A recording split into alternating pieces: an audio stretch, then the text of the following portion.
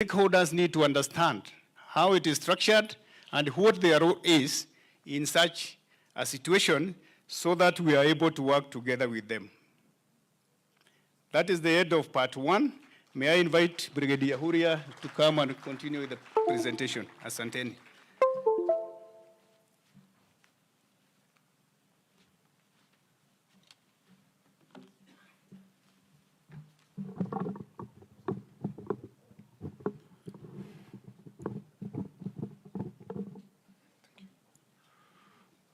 Deputy President, sir, of the Republic of Kenya, the Cabinet Secretary present, Principal Secretaries, our leaders, all protocols observed.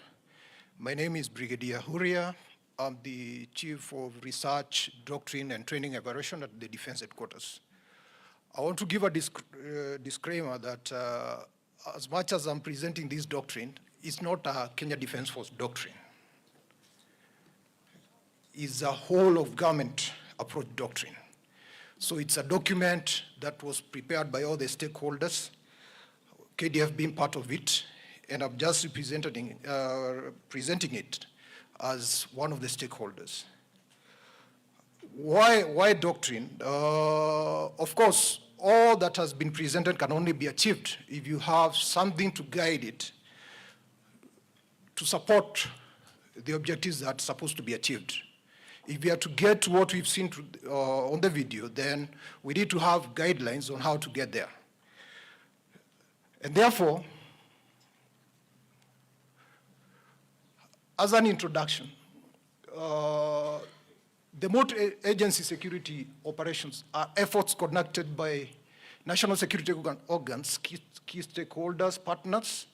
These may include NGOs, civil society, and all other stakeholders, to mitigate effectively and efficiently mobilize national resources towards a combined and corrective management to maintain normalcy in the country.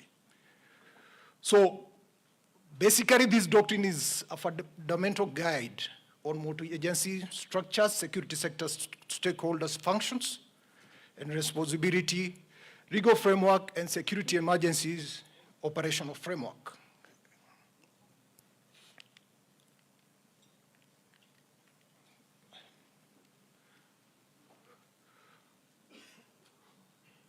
So, basically, the doctrine is there to bring synergy by all stakeholders to achieve objectives. It's as simple as that. So that I don't dwell on the details. Just to give us more background, you're all aware of what we went through when we had terror attacks, right from the 1998 attacks, the Westgate attacks. And we learned lessons out of that, and also the management or the mitigation when we experienced disasters. And we saw shortfalls in terms of how all the stakeholders were participating in mitigating and trying to normalize the situation. And therefore, out of it, we realized that there was need to ensure that we harmonize and bring these stakeholders in a way that they will be able to effectively mitigate in the situations that arose so that we could be more effective. And I think you could see improvement even to the latest attack, especially during the Dusit attack. And also in terms of how we're able to mitigate on some of the natural disasters that occur in our country. Now, with that small introduction, basically, I'm just here to really apprise you on the multi-agency operation doctrine, and I don't intend to take so long. Now, what is the purpose of this doctrine? And like I've already indicated, is basically to bring synergy to all stakeholders so that they can be effective in the mitigating and also in taking action whenever these emergencies or any insecurity occurs in our country. It draws its mandate by a situation where we'll have a multi-agency coordinating center, which shall be constituted by the authority of the National Security Advisory Committee on ad hoc basis, because it depends on the situation we are facing, because the situation may vary whether it's a terror attack, whether it is an emergency or a disaster. And therefore, the situation determined how this multi-agency coordinating center will be constituted. Of course, it will be led by an appointed director who will come from a lead agency. I think it is important to emphasize on this aspect of lead agency. This will depend on, for example, let's say like during the COVID-19 pandemic. Of course, the lead agency automatically was the Ministry of Health. And therefore, in terms of directing the operations on this, the lead agency will be the Ministry of Health, and other stakeholders will just come in support. And that is very, very important.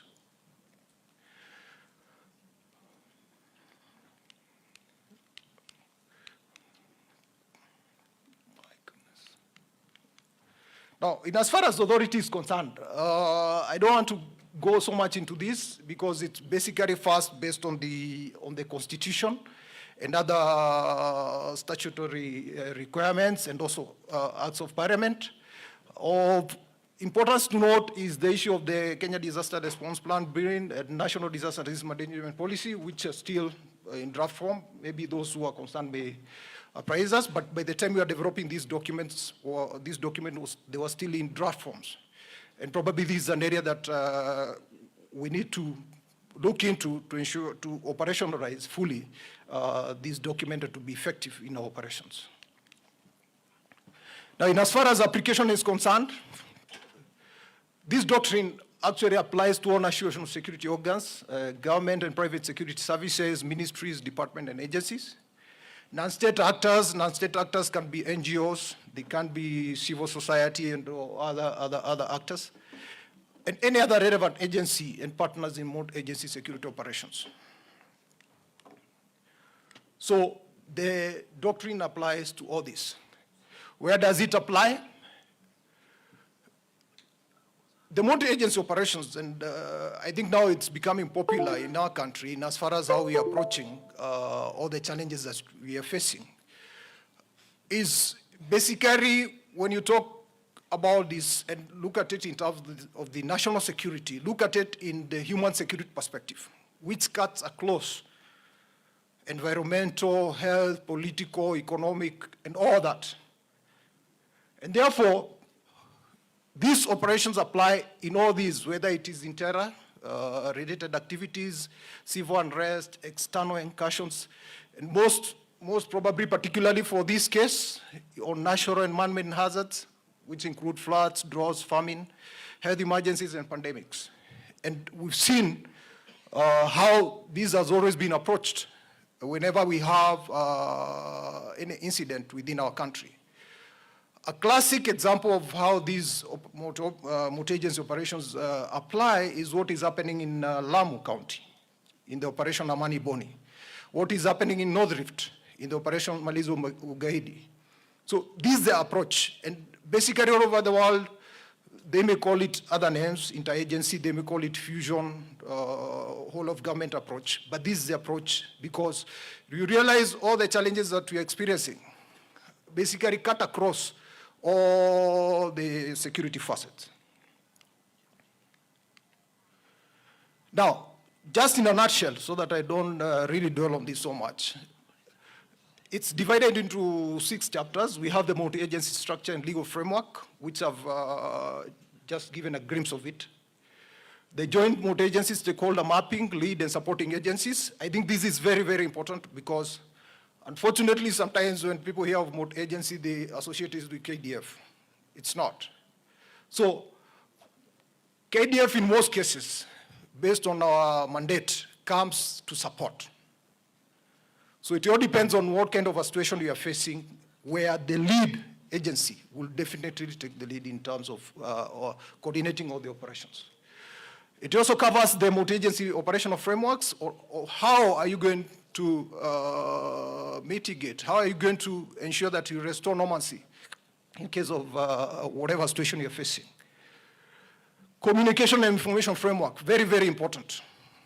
I think that is one of the key things, and especially what you're doing today is part of it. And how will you ensure that all stakeholders are kept informed and they are able to participate fully to ensure that you are efficient. Sustainment framework. As far as sustainment framework, we are basically talking about logistics, funding, budget. How are you going to mobilize all those resources so that you're able to achieve the objectives?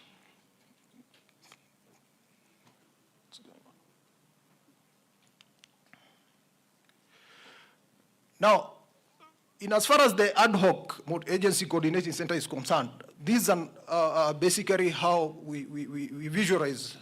Of course, the decision will come from the National Security Council, which is shared by the President. We have the National Security Advisory Committee. Of course, the multi-agency coordinating center, which will have a director coming from the REID agency. And of course, you'll have a secretariat. Now, the other prayers, because of their coordinating aspect, we'll have the line ministries, depending, which is, of course, emergency specific. Then we'll have a security cell, a public communication cell, legal cell, ops cell, or of course, finance and logistics cell. This is just an example of how we expect probably an ad hoc multi-agency coordinating center to look like. However, it will be situation dependent. It's not cast on stone.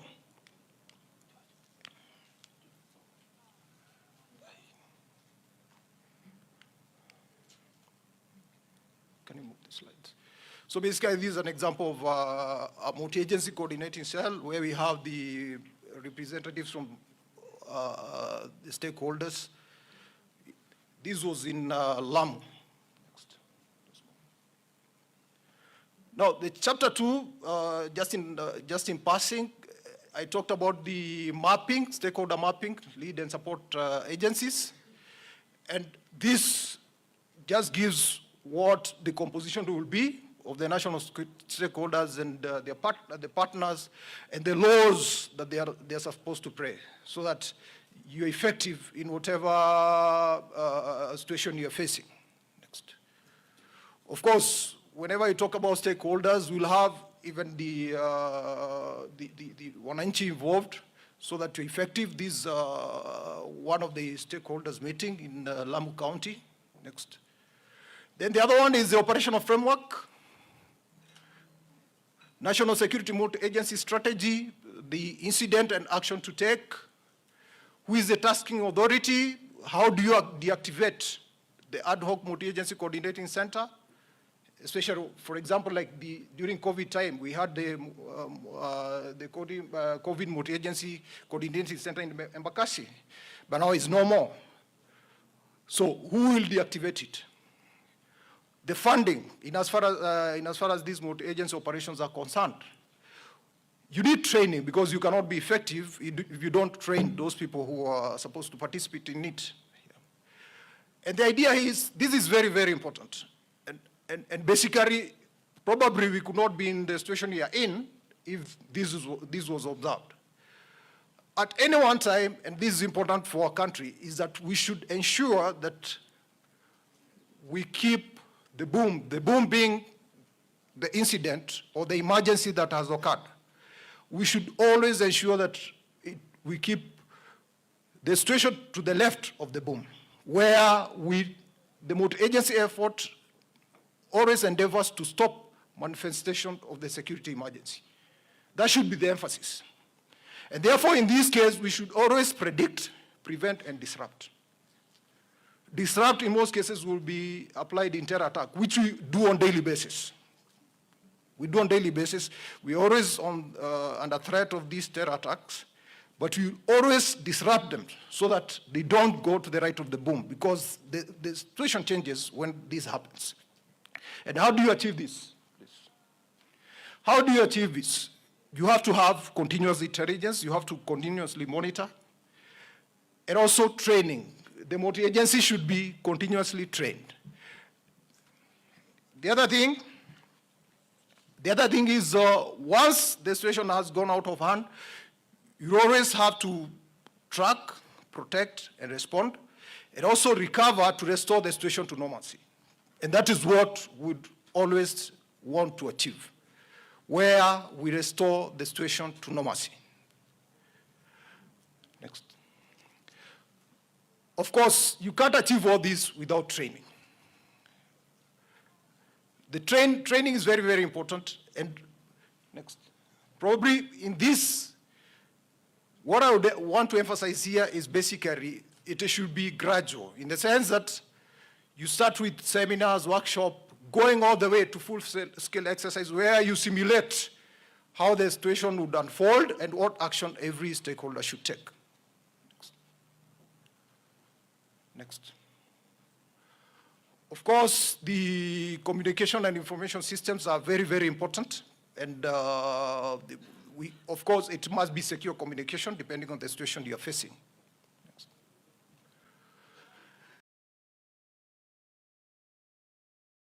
And we already have a communication network, which is secure under the National Security Telecommunication Service. And this ensures that all the stakeholders are able to communicate. Next. Now, sustainment, I talked about the logistics. How do we ensure that we are effective? We got to have resources that will ensure that those who are participating in ensuring that there's normalcy are supported. Next. And basically, this is how we've suggested in the doctrine on how this can be achieved. Next. Next. Of course, it has several analyses which give details of basically what the doctrine is all about. Now, let me end with a quote that doctrine is not what is taught or what is published, but it is what is believed. So unless you believe, this is by Professor Richard Holmes, if you don't believe in it, then it's difficult to be able to achieve what you want. And therefore, in conclusion, what I would really, because in this forum, within that short time, I cannot be able to cover in detail on what the doctrine entails. And therefore, we really encourage all the stakeholders to familiarize themselves with the doctrine and to be able to enhance synergy and unity of effort to be able to achieve the national objectives that are before us in all situations. Thank you very much, sir.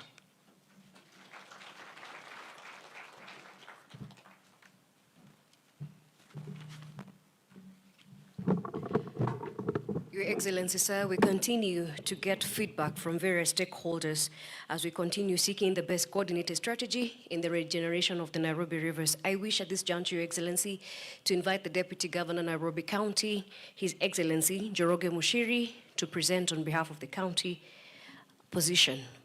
Rather briefly, as we consider feedback from all players present for this session. Welcome, Your Excellency.